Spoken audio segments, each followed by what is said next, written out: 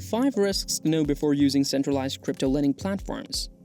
Despite being relatively new, the crypto loan market is flourishing.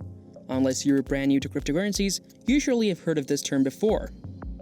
Peer-to-peer lending is similar to cryptocurrency lending, but here lenders and borrowers are connected via an online platform for cryptocurrency lending. Additionally, rather than using fiat money to conduct transactions on these platforms, traders can use cryptocurrencies. The idea behind cryptocurrency lending is that you may use your crypto or fiat currency as collateral to obtain a loan. But if you're a lender, you can provide the necessary funds, stablecoins, or other digital assets at a predetermined interest rate. Money is made available to borrowers while lenders profit from the interest payments. One of the most well-known activities in the cryptocurrency markets has been lending. Over time, activity has changed and a number of cryptocurrency lenders have emerged to accommodate the need for cryptocurrency lending.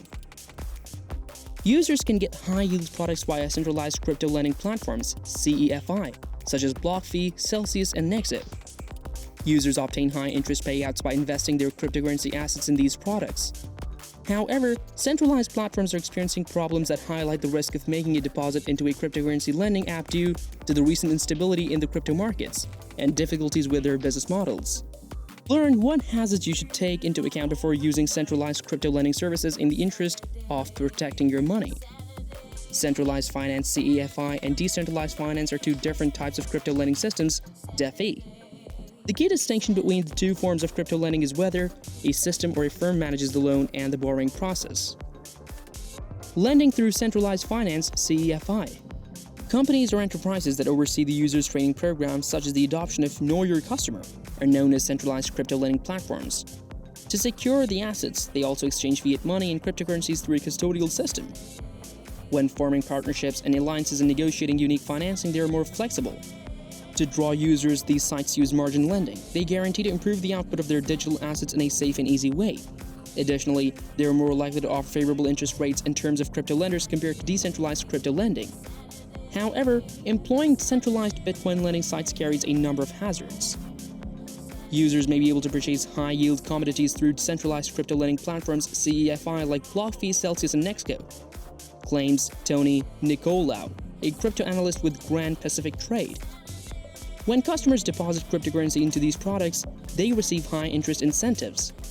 However, centralized platforms are faced with problems that highlight the riskiness of depositing funds in cryptocurrency lending applications due to recent market volatility and challenges in their business models. The most recent example is Celsius. The cryptocurrency lending marketplace recently declared that it will halt all user withdrawals. This has generated controversy in a crypto market that is already struggling. Celsius's issues show the dangers facing CEFI lenders. On June 12, 2022, Celsius declared a halt to all customer withdrawals, exchanges, and inter-account transfers due to extreme market conditions and the necessity for liquidity rebalancing. This announcement came amid wider market turbulence that was hurting the cryptocurrency markets. The original token of Celsius, CEL, experienced an abrupt decline of more than 70% in just one day. This occurred in the midst of a significant crypto sell-off that caused the market valuation to drop below $1 trillion. However, since that time, CEL has recovered all of its losses and is currently trading much higher than it was before the meltdown. One of the biggest cryptocurrency lenders, Celsius, has appeared close to 2 million members worldwide. The cryptocurrency lender raised $750 million in a fundraising round in November 2021, valuing it over $3 billion.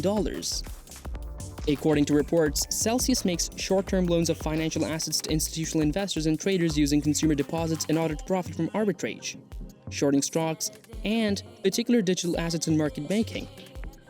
Additionally, Celsius locks customer cash into liquidity pools using a variety of DeFi methods in order to make revenue. Clients have subsequently received returns of up to 7% on stablecoins like USDC and USDT, 7.25% on Matic, 6% on ETH, and 6.25% on BTC. The current volatility in the cryptocurrency market, however, has reduced the possible profits an investor could receive from Celsius and raised concerns about the sustainability of its business model. Depreciation of Lidos's plugged ETH, SETH, which is linked to Ethereum's ETH, was a short-term contributor to Celsius problems. STETH deferral means that STETH cannot simply be sold on the open market to generate the ETH liquidity required to honor ETH redemptions on the Celsius platforms. This is because Celsius had cash locked inside STETH. Previously, several regulators had classified cryptocurrency loan services like Celsius as unregulated securities. Sadly, Celsius isn't the only cryptocurrency lender having issues. Babel Finance also stopped accepting withdrawals, sparking speculation that further lenders would file for bankruptcy. Before using SEFI crypto lending, be aware of these 5 risks. Number 1. Accounts may be frozen at any time. Accounts may be suspended by centralized cryptocurrency lending systems for a number of reasons, such as security lapses, problems with anti-money laundering, and platform liquidity. Unfortunately, you won't be able to connect your crypto assets or complete any transaction if your account is locked. It may take some time and effort to activate an account with the SEFI platform because the service platform must first authorize the account. Contrarily, since DeFi loan services are non-custodial, anyone can lend and borrow assets without fear of capricious closures. Number 2. Counterparty risk. Contrary risk in banking is a measurement of the likelihood that a transaction's third parties will not fulfill their obligations. Counterparty risk can take many different shapes in centralized crypto lending platforms.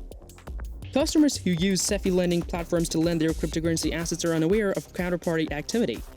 Customers of SEFI crypto lending, for instance, interacted only with the platform and were in no way exposed to other asset managers or DeFi protocols that collaborated with the platform.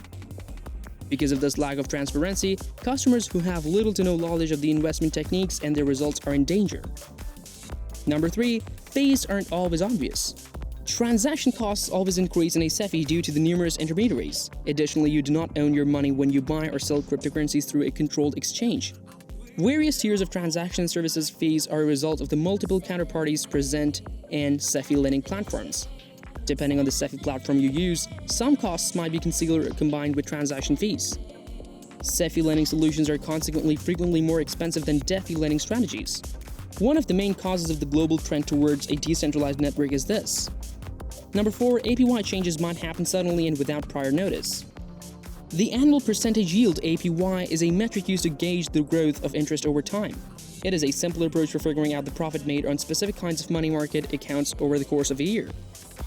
The annual percentage yield APY is subject to change on SEFI lending platforms. It implies that the annual percentage yield APY for digital assets changes depending on the market factors in each of the many blockchain protocols. Platform providers may adjust the APY without warning to reflect changes in the regulatory environment or the crypto market. Number 5. In the event of bankruptcy, all funds could be lost. Conventional financing secures bank deposits. It guarantees that they will pay you a portion of your savings in the event of a bank failure. It suggests that there is little risk of losing your money and that the lender will receive some recompense in the event that the company files for bankruptcy. Only a very small portion of the overall assets are used to secure and maintain SEFI lending.